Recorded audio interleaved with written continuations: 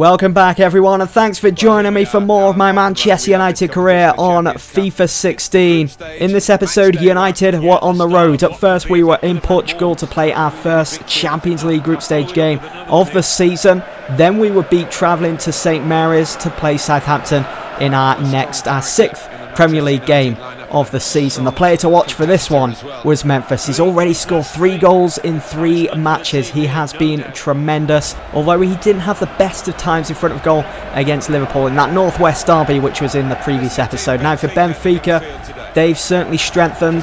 They've got Jonas up front. They had Pizzi starting in that number 10 role and Samaris at that central defensive mid role. Salvio was the player to watch out for, who would be creating those chances for Benfica down that right wing in this game.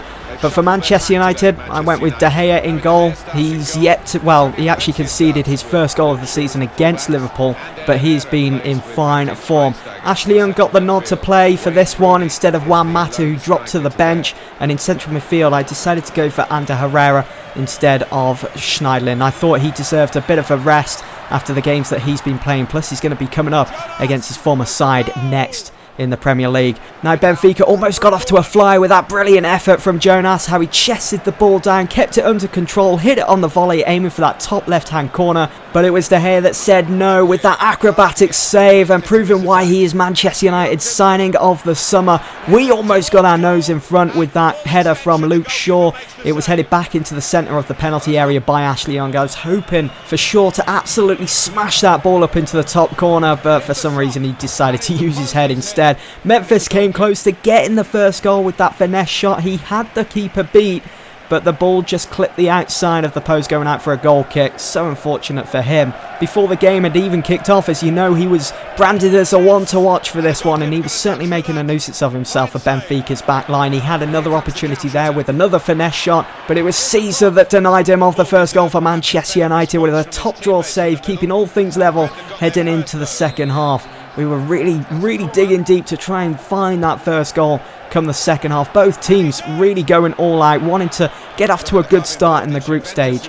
And just like our pre-season friendly against Bayern Munich, both goalkeepers were almost having their own say in what the scoreline should be. They were in fine form. It was almost proving to be impossible to put anything past either keepers within these 90 minutes. I mean, De Gea was pulling off some saves which I never thought were even possible.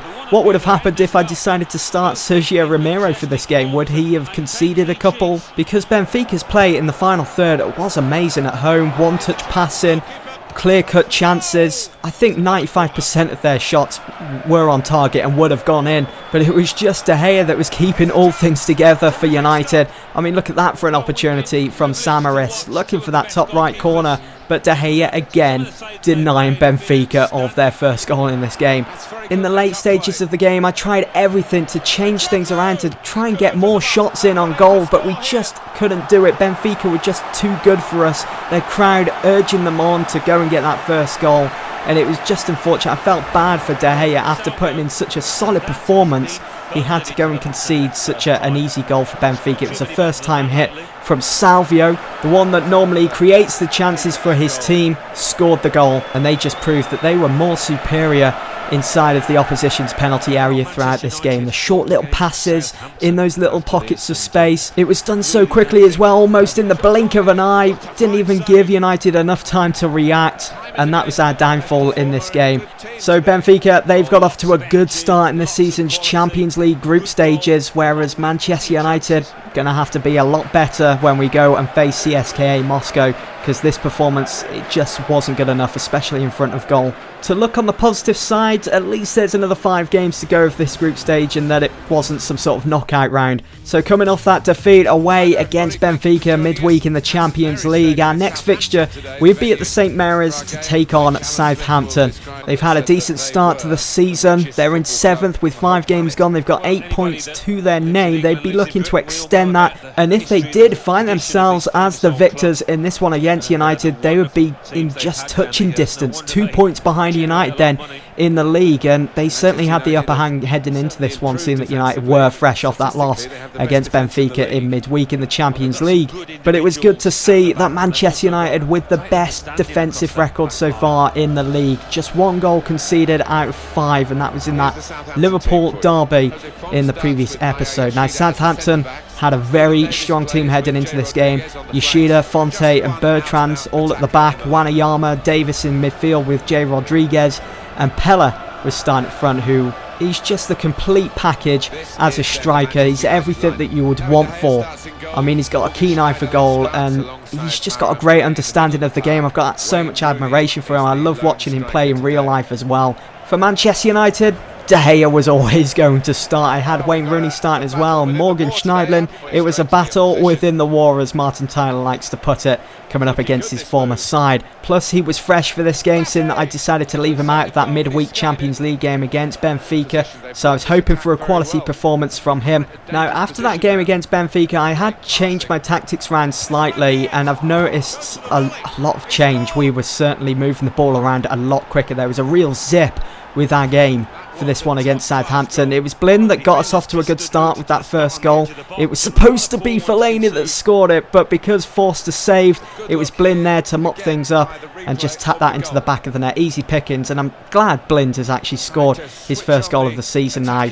I've just thought, and I forgot to mention, that after that win against Liverpool in the previous video where we won 3-1 at Old Trafford, I did decide to bump up the difficulty level to Legendary for the game against Benfica, which we lost, and for this one against Southampton. And, well, it's going to be staying on Legendary now for the foreseeable future.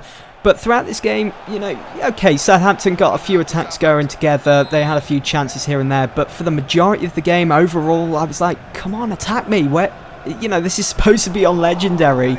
It's not really proven to be much of a challenge. We're winning here, and it just didn't seem as though Southampton wanted to win or get a point from this game. So I'm not too sure what to think about that. Have any of you guys noticed that maybe Legendary is a little bit too easy, and that you have an easier time than you did on FIFA 15? Let me know in the comments below. We almost made it 2-0 with that effort, that sliding effort from Wayne Rooney. The ball was such force hammering against the crossbar. I was hoping it was going to maybe sneak across the line to make it 2-0.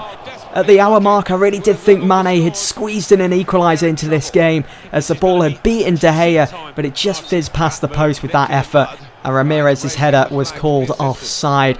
In the latter stages of the game, Southampton started to go up a gear. They start to pull out all the strings and really go for that equaliser. It's almost as if they wanted a point from this game. They didn't want to win, even though it was at home. I mean, Davis had probably the best chance for Southampton in this game. De Gea denying him, though.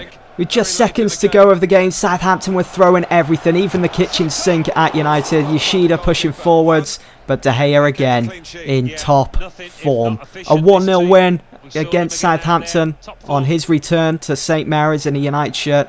Things are looking good for Manchester United in the league. Folks, that's all for this episode. Hope you've enjoyed. I'll see you all in the next one.